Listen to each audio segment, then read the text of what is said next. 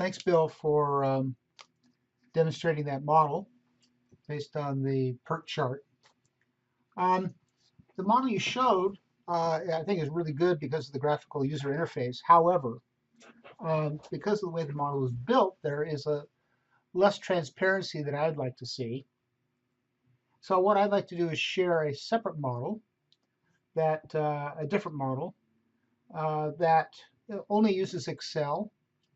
Doesn't require macros other than to do some sensitivity, which is not mandatory, and is built with the SIPmath modeler tools, which are free from probability management, but are not needed to actually run the model or even to update the data. Let me show you the dashboard of that model. So in this is looking at the same problem as that Bill looked at, which is build a house. And I guess I really should start over here at the Gantt chart. And I also have a PERT chart in here, but you've already seen that one. It looks the same as his. So in this Gantt chart, we can see these different activities starting from getting a survey and design and keep going on, and they keep tacking on. There's nothing that really overlaps. I guess the foundation framing overlaps with the wood order, okay? But you can see the relationships of these things, okay? So now let's go look at the bottom line, if you will. What does the output look like? Okay, so in this top graph, I'm showing the date that it says ready for startup or ready for shelter, I guess is what it really should say. And it's showing the baseline or the reference date, which would be all the mid values, the P50s. If you just took all the P50s. It actually shows a dashed line here because we're going to see later that there's actually two lines here. One is the reference case, and then one if we mitigate. It's also shown here in the days elapsed since the start, so it takes 203 days to get to a sheltered building here. Kind of long, but that's what it is. And then we have the cost uncertainty. Once again, the reference case, and then there's two lines here. Then this bottom chart here breaks out the costs into two parts. One is the variable cost. So this blue line depends upon how long each of the activities take. And Bill described how that variable cost is calculated. And then this green represents the fixed cost. You can see the fixed costs in this example have much less uncertainty than the variable costs. And then these two are added together to get to the orange cost. So you can separate out those two. So now what I want to show you here is that we can, let's just move out just to here. This happens to be trial 22. And if I use this spinner here, I can move to a different trial. So you can see this yellow dot moved up here. I'll move back again so you can see it move. And the cost is also going to move, I believe. Let's see. Yeah, move down a little bit. And so there are a bunch of trials in here. And for each one of these, there's a different Gantt chart. So I can continue to look at different Gantt charts, and you can see that they're moving along as well. And actually, this is the trial number. I've forgotten how many trials we're doing. We're actually doing, we're doing 1,000 trials, okay? Doing 1,000 trials. So this guy keeps scrolling up here for 1,000 times. Let's go look at the actual model and the inputs. So we've seen the dashboard.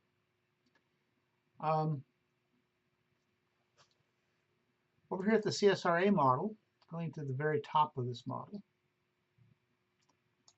we find here are the activities that need to be done. And we get the contractor here on 15 December 2018. And here are the activities that take place, and here's how long they take. And in this particular case, there's no leads or lags in the activities. They just stack up one against the other. I think there must have been one that was changed because we did see an overlap here on the Gantt chart, didn't we? We saw, well, these are overlapped, right? and these are all overlapped. So I think we did make some relationships there. I guess it was based on this PERT diagram, this PERT schematic, that these things can start when this thing finishes, right? And that's what makes them overlap. And similarly here, these two things can start when this activity finishes. Okay. Anyway, so this calculates the uncertainty in the start date and the completion date. Here are the inputs. And then we have the burn rates that are predicated on how long it takes. So let's just take a look at this particular case. In this particular case, in this range of 1.2 to 1.6, I sampled a 1.488 burn rate, and it took 835. So if I multiply those two numbers together, I get the 1243. That's how that's working together. So we got those two tables in this example. And then we come down here to the fixed costs, and here are the fixed costs. And then this model, the way the problem was set up here, the costs were directly related to the activities. However, in this particular model, they don't have to be. They could be separate activities or different, different titles, descriptions. And so we have the costs here. And over here, here's the burn cost. So within this particular one here, from 15 to 25, it sampled a $22,000 cost. So now the question is, what is important? Okay, what is important? That we need to know. It's great to know all this stuff, but invariably now, being ready for startup here at on average of 202 days is more than the 187 days that's in my base schedule. And I'd really like to be able to reduce this somehow and get back down to my base schedule if I could. And the costs look to be, let's see, the reference cost is 457 and the total cost is 457, so the costs are about the same, okay? So let's work on the schedule to start with. First of all, what's important? Well, we can go over here to our dashboard and scroll down a bit. Oh, here's some expected values and ranges for some key metrics. But then down here we have a tornado chart that's showing us what's important. So if I look at the schedule chart, now I must say this is a probabilistic tornado. And most of the times what we do is we look at a tornado that's deterministic. In other words, you take some reference case that may be all the P50s and say that's my baseline, and then let me move each element to the low and the high value independently. The problem with that is it doesn't consider the interaction of all the other variables. In this particular tornado chart, this is probabilistic, meaning I have a probabilistic answer. So in other words, this time here, the 203 days, is the expected value of the entire system. And what I'm going to do is take one variable at a time and move it to the P10 and then to the P90. So in this particular case, the work order or delivery has the largest uncertainty, largest variance, if you will, range here. Very similar to the framing, by the way, I guess. And so we could look at either one of these, but let's assume that the wood order and delivery time, we could perhaps reduce the impact of that by ordering it sooner. We could expedite it, make it either order it sooner, or we, in this case, I think I'm defining it as expediting. So what we've done in the model over here is, here's this wood order. In our base case, it took 21, 35, and 60 hours. 60 days, excuse me. However, if we expedite it, we could get it in 15, 30, or 45. However, we think that it's only a 25% chance that that could happen. A 75% chance we'd be stuck with the base case. We couldn't pay to have it expedited. And if we did pay to have it expedited, here are the costs that would be associated with it. Now this has been put in as a variable cost, but I guess you could also put it in as a fixed cost if you wanted to. But the point is, you have the ability to put in some mitigations. Then if we look over at the dashboard again, we can look at the costs and we ask framing. It's got a wide range of framing. Is there a different way we could do the framing? Well, yeah. Someone says, sure, I could do a prefab. So you come back over here to the model. And so now I do my framing. And the prefab framing is maybe takes a little bit less time because it's done at the shop rather than on site. And you may be in a sheltered area. You don't have to worry about rain or anything else. And I could do the prefab with a 75% probability.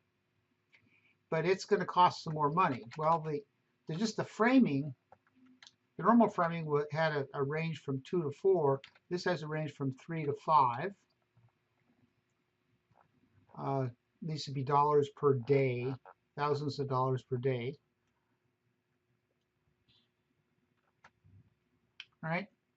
And in addition to that prefab, there was actually some additional costs associated with the prefab. And so in the base case, there was no cost, and I'm going to have to pay somewhere between $10,000 and $15,000 as a fixed cost.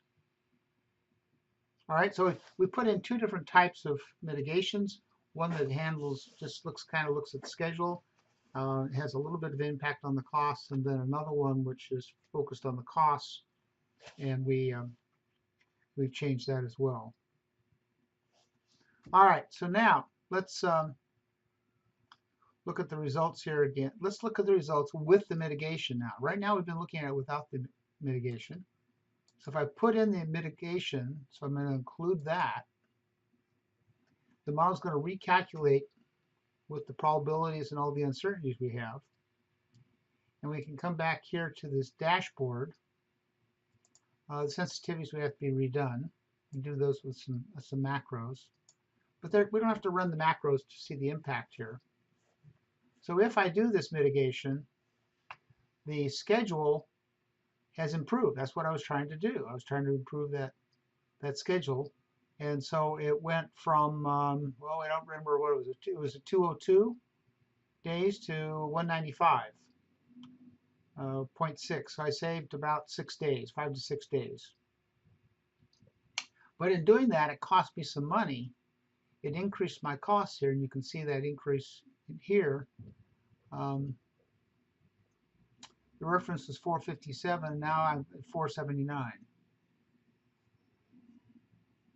Yeah. Oh, here was the 202.6, and here's 195. That's that delta is what I saved in time, and this delta is what it's cost me to do that. So this is how we can utilize the CSRA model. Oh, I guess one other thing I'd like to point out. If you wanted to do these sensitivities manually, you can do them by doing this. We can let's exclude this again. So now we're back to our reference case. We can double check that by just coming back over here, and we can see we're back to where we were. If I wanted to look at any one of these separately, I could take this wood order, for example, and I could come over here and say I want to look at the low value. Okay, and so now we see that this activity time is 21, which is exactly that. Or if I put in a 2 here, it'll make it 35 all the time. So let's put in the 1, okay? And we'll come back over here. It's recalculating. If I could just do that wood order, you can see that the schedule could be improved from 202 to 187.